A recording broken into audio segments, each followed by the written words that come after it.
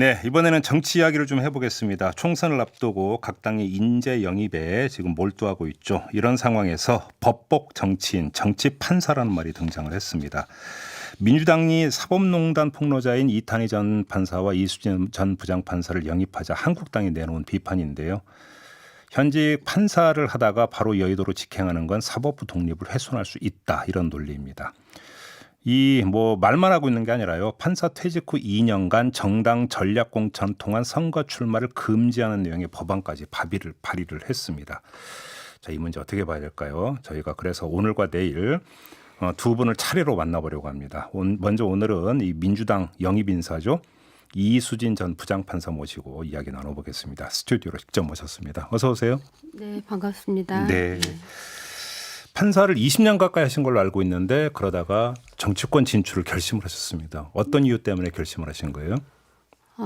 제가 그 10년 동안 법원 내에서 이제 저항을 하고 비판을 하고 있었고, 그래서 이제 사법농단 사태가 발생을 했고, 네.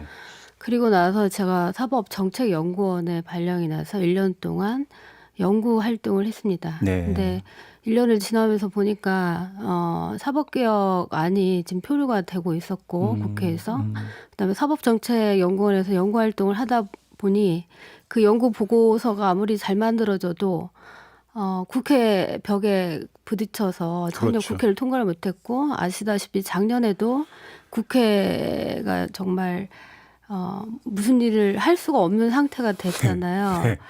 그래서 그런 취지에서 이제 민주당 쪽에서 오셔서 그거를 관철을 시켜달라고 하니까 저 또한 그 전에는 한 번도 이 국회의원을 할 생각이 없었고 그 당시에도 굉장한 고민을 했었는데 사법개혁을 21대 국회에서 하지 않으면 네. 영원히 할 수 없겠다라는 생각에 제가 그런 어떤 비판이나 우려에도 불구하고 이렇게 나왔습니다. 알겠습니다. 한 인터뷰를 보니까 선출직에 대한 두려움이 있었다 이런 말씀하셨어요. 이제는 두려움은 좀 많이 가셨습니까? 아니, 두려움이 더 커지고 있고요. 예. 지금 나오자마자 온갖 유언비어와 이제 비방에 시달리다 보니 저는 한 번도 이렇게까지 제 명예가 훼손된 적이 없었는데 갈수록 더 힘들어질 것 같아서 예. 두려움은 더 커지고 있습니다. 네. 그래요. 예. 그래도 그러니까 이왕 이제 결심을 하셨으니까 이제 출마를 하실 텐데 지금 비례대표를 염두에 두고 계세요? 지역구 출마를 염두에 두고 계세요? 처음에는 정말 씩씩하게 지역구 가겠습니다라고 했는데 네. 예, 이제 이렇게 또 어느 막 정말 비방이 더 커지니까 예. 지금은 지역 비례라도 가야 되나 뭐 이런 생각을 하긴 하지만 왜 이렇게 약해지셨어요? 정말 이렇게까지 심하게 네. 할 줄은 몰랐어요. 그래요? 그래서 지금 이제 아주 결정은 나지 않은 상태입니다. 네. 지금 보도에 따르면 서울 동작을 공천, 그래서 나경원 전 자유한국당 원내대표와 맞붙는 카드를 당이 검토하고 있다는 보도가 있던데 혹시 알고 계십니까? 기사는 봤습니다. 근데 네. 당에서 어떤 결정을 한 거는 아닌 것 같습니다. 혹시 귀뜸 이런 거 받으신 바는 전혀 없고요.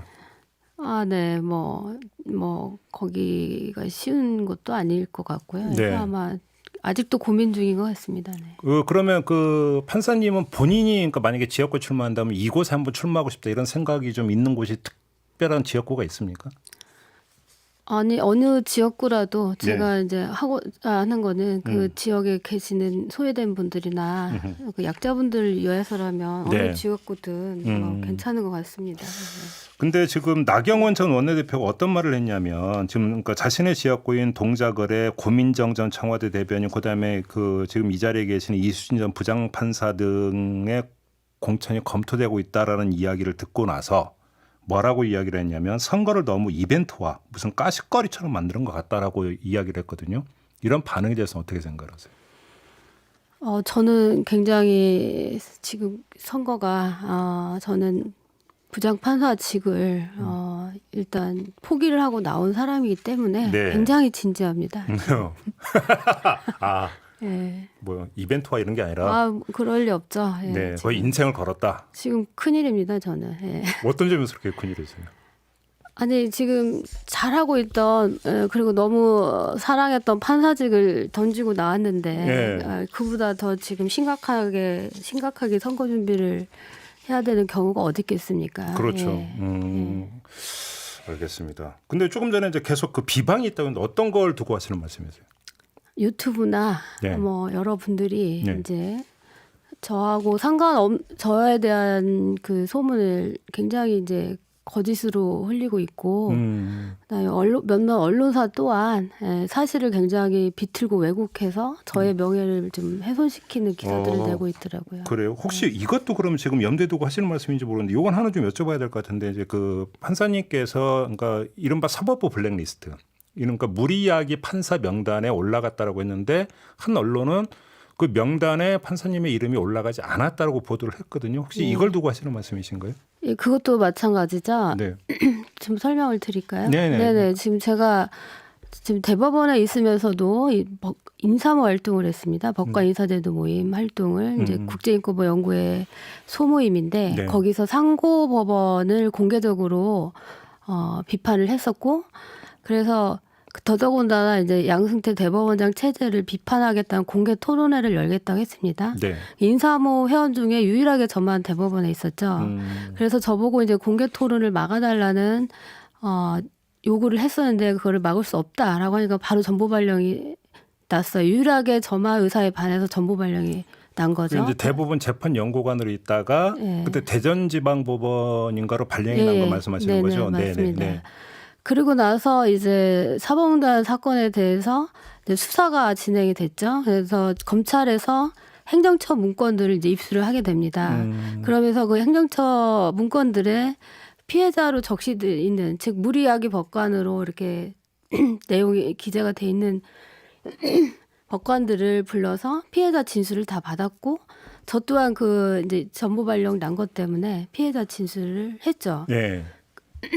그래서 이제 2018년도 11월에 검찰에서 이러이러한 분들이 인사평정이나 사무분담에서 피해를 본 분들이다라고 해서 취재가 돼서 한국일보에 뭐 무리야기 법관 내지 블랙리스트 판사다라고 해서 명단이 이제 공개가 됐었죠.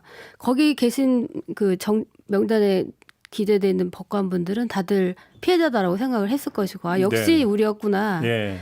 그랬는데 제가 이제 이 검찰개혁과 사법개혁을 주도하는 민주당이 입당을 하고 나니까 그 개혁을 네, 천천히 말씀해 주세요.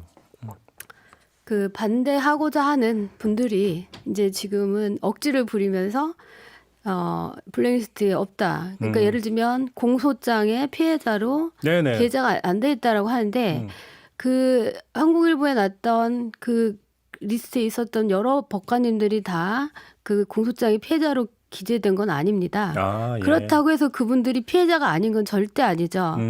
공소 제기를 하는 거는 검찰 재량이고 그거는 기소 유지에 따라서 네. 이 재량권 하는 거기 때문에 그렇다고 해서 피해자가 아닌 게 아니에요. 그 법관님들 당연히 다 사무분담이나 인사평정에서 피해를 본 피해자입니다. 저 또한 마찬가지고요. 네. 그러면 이제 그 판사님이 이제 법원 안에 계시면서 어떤 사법 개혁을 위해서 했던 노력들을 일부러 깎아내리기 위해서 이제 그런 보도가 나왔다고 좀 보시는 거네요. 예, 그러니까 지금 제가 나와서 더더군다나 더 이제 사법개혁 의지를 더 보이고 검찰개혁 의지를 보이고 있기 때문에 예. 그걸 저지하는 분들이 그렇게 억지를 지금 현재 부리고 있는 게 아닌가. 그러면 또 혹시 그건 좀 그런 확인을 해 보셨어요? 그러니까 지금 그 문건은 있다라는 거잖아요. 무리야기 명가 예, 법관이라는 제목의 문건은 있는데 거기에 그럼 판사님의 이름이 올라갔는지 안 올라갔는지는 그 사실 확인 혹시 해 보셨어요?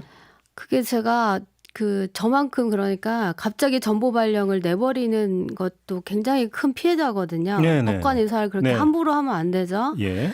오히려 사무분담이나 에서 피해본 분들보다 더 큰 피해를 봤습니다. 제가 그때. 그러니까 당연히 저는 피해자로서 그때 진술을 했기 때문에 그 블랙리스트에 저를 넣고 안 넣고는 명단에 올라가나 안 올라가나 자체가 상관이 없고 그거는 검찰 맘이고 네네. 또 사법농단 세력은 당연히 피해자들 아니라고 지금 당연히 주장을 하고 있는 거죠. 알겠습니다. 네. 자, 그러니까 제가 이제 오늘 그 판사님과 인터뷰를 시작을 하면서 이제 드렸던 소개 말씀 중에서 이른바 그 법복 판사, 뭐 정치 판사 이런 논란이 일고 있다라는 거 말씀을 드렸습니다. 그러니까 현직 법관으로 있다가 바로 그러니까 여의도를 직행하는 거에 대한 어떤 문제 제기 한마디로 정리하면 이런 건데요. 이거에 대해서 그러니까 입장을 좀 말씀해 주신다면. 네. 지금 당연히 우려가 계실 겁니다. 근데 저는 이제 일단 정책연구원에서 연구 활동을 하고 있었습니다. 재판을 직접 하다 바로 나간 건 아니고요. 네.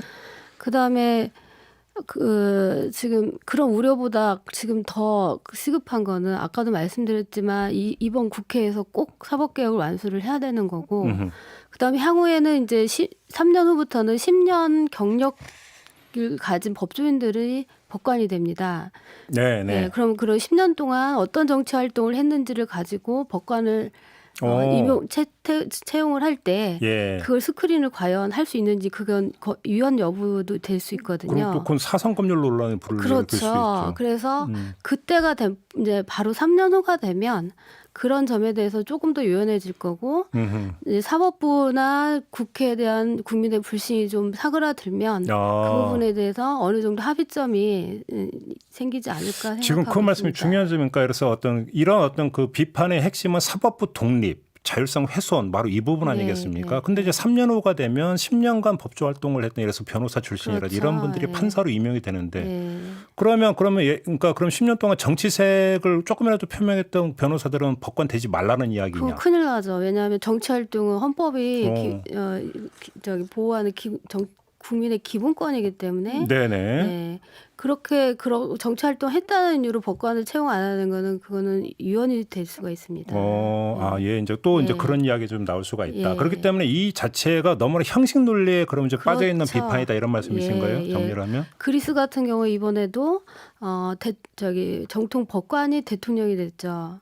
그래서 국민들이 다 좋아했습니다. 오히려 네, 그거는 그 사법부 불신이 오히려 적어서 그랬는지는 잘 모르겠으나 지금 정치권에 대한 불신도 낮아지면 아마 이 부분에 대해서 자연스럽게 조금 유연하게 합의가 되지 않을까 생각하고 있습니다. 알겠습니다. 자, 만약에 이번 총선에서 그 국회의사당에 그 진입을 하셨습니다. 지금 사법개혁의 법제화가 정말로 기묘하라고 말씀하셨는데 그게 지금 이제 이미 발의가 됐던 법원 행정처 없애고 이제 다른 거 만드는 이런 관련 법안들을 말씀하시는 건가요? 네, 지금 그게 사실은 이제 구체적인 내용에 들어가서 이제 합의가 잘 안 되고 있는 상태입니다. 그래서 그게 지금 법률로 지금 완성이 안 되고 있고요. 예. 네, 그래서 그 부분에 대해서는 제가 저처럼 사법개혁 의지가 강한 사람들이 들어가서 그 부분을 확실히 해서 21대 국회에서는 반드시 법률로 통과를 시켜야 되죠. 그래요. 네. 그런데 지금 이게 통과가 안 되고 있는 것이 의원 개개인의 노력의 문제이기보다는 어떤 이 정파 간 대립이라든지 이런 데서 비롯된다고 봐야 되는 거 아닌가요? 예, 그래서 오히려 저 같은 사람이 들어가서 그 주장을 더 많이 해야 되고 네. 더 설계를 더 꼼꼼히 해야 될 것 같습니다. 그래요. 지금 이제 법안으로 들어가면 너무나 이제 딱딱하고 어려우니까 지금 이 방송을 듣고 있는 우리 애청자 여러분에게 지금 사법개혁의 핵심적인 문제는 바로 이것이다라고 좀 설명 네. 말씀을 주신다면 어떤 걸까요? 이번 사법농단의 핵심은 이게 이제 사법 관료화가 됐기 때문이죠. 네네. 그러니까 이제 위에서 잘못한 이분들이 잘못했고 그 부당한 지시를 법관들이 따랐기 때문에 생기는 거잖아요. 그래서 그걸 사법 관료화를 없애기 위해서 고등부장 승진 제도를 일단 폐지를 하고 네. 법관 인사나 사법 정책 결정에 있어서는 법관이 아닌 외부 인사 국민도 참여해서 할 수 있게끔 만들어줘야 되거든요. 네. 그래서 그 사법행정회의를 만들어야 되고 그 지금까지 계속 얘기를 하고 있는데도 불구하고 국회에서 지금도 법률로 통과가 안 되고 알겠습니다. 있습니다. 이왕 판사님 모신 김에 하나 좀 그 현안 하나 여쭤볼게요. 지금 그 양승태 전 대법원장 사법농단 혐의로 이제 기소가 됐고 핵심 그 기소 내용 중에 하나가 직권남용죄 아니겠습니까? 네. 근데 최근에 안태근 검사장의 경우도 그렇고 블랙리스트 관련해서도 직권남용죄에 대해서 대법원 전원재판부가 아주 엄격하게 안태근 전 검사장의 무죄 판단 내렸고 요번 같은 일부 그러니까 파기환송을 했는데 대법원의 최근에 이 판결에 기초해서 본다면 양승태 전 대법원장에 대한 직권남용죄가 어떻게 될지가 좀 궁금해지는데 어떻게 지금 보고 계세요? 네, 지금 제가 아침에 잠깐 봤는데 네. 지금 대법원 취지가 이제 직권남용의 상대방인 직원들이 그 지시에 따라 의무 없는 일을 했느냐 네. 이제 이걸 판단을 더 해라. 예. 라면서 파기환송을 했다는 건데 예.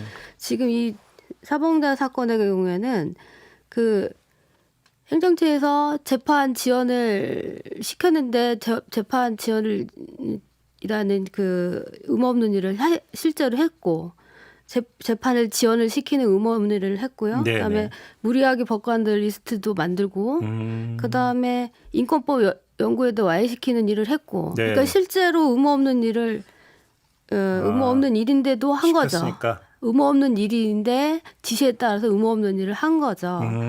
네, 그래서 아마 다르게 사건이 재판이 진행될 거다. 이번 블랙리스트에 대한 어떤 대법원의 판단과는 다른 예. 결정이 내려지는 게 맞다. 그리고 예, 그게 그렇죠. 내려질 거다 이렇게 예, 보시는 거군요. 예. 알겠습니다. 자, 오늘 말씀 여기까지 드려야 될 것 같습니다. 고맙습니다. 네, 감사합니다. 네, 지금까지 민주당에 입당했던 이수진 전 부장판사와 함께했습니다. 이슈의 핵심을 꿰뚫는 예리한 시선, 믿고 듣는 진품 시사 김종배 시선 집중.